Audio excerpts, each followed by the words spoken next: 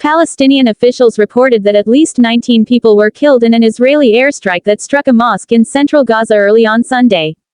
Additionally, Israeli aircraft illuminated the skyline over Beirut's southern suburbs, hitting targets the IDF claimed were Hezbollah. The main hospital in the center town of Deir al-Balah, Gaza, was close to a mosque where displaced people were taking refuge when the strike occurred. A strike on a school in the town that was providing shelter to displaced persons claimed the lives of 4 more people.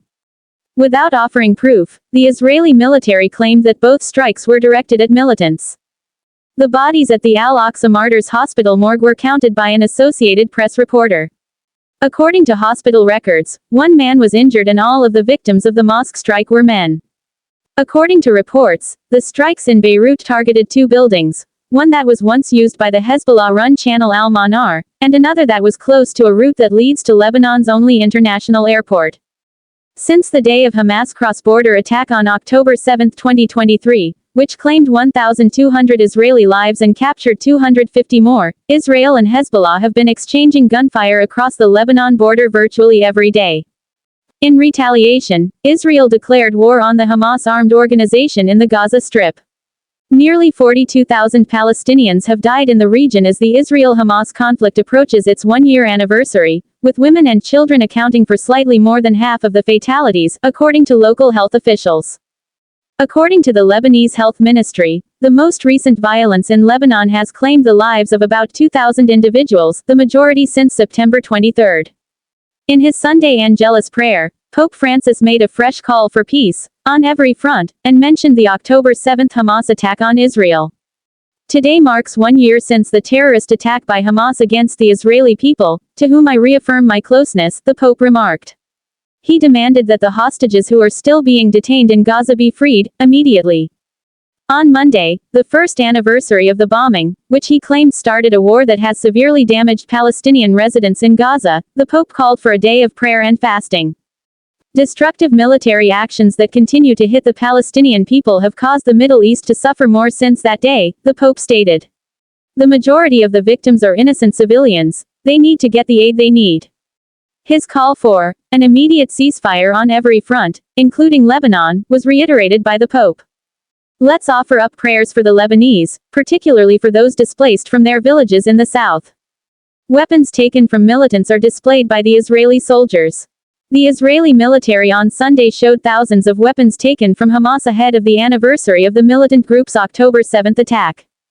In addition to destroying twice as many AK-47 assault rifles as it had recovered from Gaza, the military, which organized the show at a large army base south of Tel Aviv, said it had also seized thousands of other items, including drones, explosives, RPGs, scuba gear, machine guns, sniper rifles, anti-tank missiles, and weapons made in Gaza as well as Iran, Russia, and North Korea. Additionally, the IDF revealed improvised explosives that it claimed Hamas deployed on October 7 to breach the border barrier. It said that they were especially created following years of researching Israel's border amid violent rallies along the fence, including ones that were orchestrated by Hamas as early as 2018. According to military spokeswoman Lieutenant Col. Nadav Shoshani, Hamas stormed Israel with all their abilities at one time on October 7.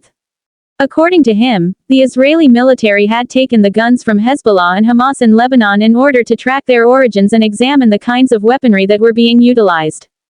The military announced it was stepping up troop presence in Israel's south to guard memorials along the Gaza border as the country gets ready for a day of solemn remembrances commemorating a year since the assault. Due to military warnings of potential rocket attacks from Lebanon, a massive memorial organized by grieving families that was supposed to attract over 40,000 people in Tel Aviv will only be shown with immediate family members and the media present. Over 30 strikes occurred overnight in the southern suburbs of Beirut. Beirut, Lebanon's state-run national news agency said Sunday that over 30 strikes fell on the southern suburbs of Beirut overnight, the most intense assault since September 23, when Israel started a major escalation in its air campaign against Hezbollah in Lebanon. According to the agency, the objectives included a medical supply warehouse and a gas station on the key route that leads to the Beirut airport. A lengthy string of explosions caused by some of the nocturnal strikes raises the possibility that munitions depots were targeted. Macron demands that the war in Gaza's arms exports be stopped. Paris, in order to prevent tensions in the area from rising, French President Emmanuel Macron called for a halt to arms exports for use in Gaza, according to his office. Benjamin Netanyahu, the Prime Minister of Israel, strongly criticized Macron for his statement that the priority is that we stop delivering weapons to fight in Gaza. The remarks were delivered during a Tuesday recorded and Saturday aired interview with France Inter Radio. According to Macron, France does not supply Israel with any weaponry.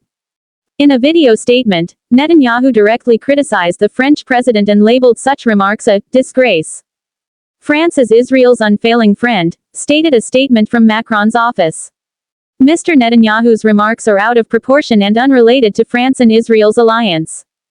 It went on to say, we need to go back to diplomatic solutions. The statement said that France's military mobilization in reaction to the Iranian strike was another example of Macron's commitment to Israel's security. Details on France's role were not disclosed by French officials. Macron has demanded an immediate halt to hostilities in Lebanon and Gaza. According to Palestinian reports, an apparent Israeli airstrike in central Gaza killed at least 18.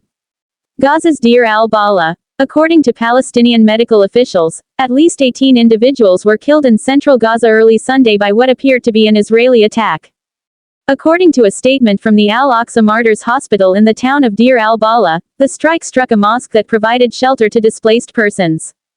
At the hospital morgue, a journalist for the Associated Press counted the victims. All of the deceased were men, according to hospital data. According to the hospital, 2 other males suffered critical injuries. The Israeli military refrained from commenting on the mosque strike right away. According to the Palestinian Health Ministry, the number of Palestinian deaths in Gaza is now approaching 42,000, and the most recent strikes add to that number. Although many of the dead were women and children, the government does not distinguish between militant and civilian killings. As Israel increases its bombing in Lebanon, there are new explosions in the suburbs of South Beirut. Beirut, as Israel increased its bombardment in Lebanon and hit a Palestinian refugee camp deep in the north for the first time, targeting both Hezbollah and Hamas fighters, powerful new explosions shook the southern suburbs of Beirut late Saturday. While protests were conducted all over the world to commemorate the impending anniversary of the beginning of the war in Gaza, thousands of people in Lebanon, including Palestinian refugees, continued to escape the region's escalating strife. Following an Israeli military order for civilians to leave the Harat Reik and Chuayafat neighborhoods of Beirut, the powerful explosions started close to midnight. The explosions illuminated the heavily populated southern neighborhoods, where Hezbollah is well represented, according to AP footage. They came after a day of intermittent attacks and the almost constant hum of reconnaissance aircraft.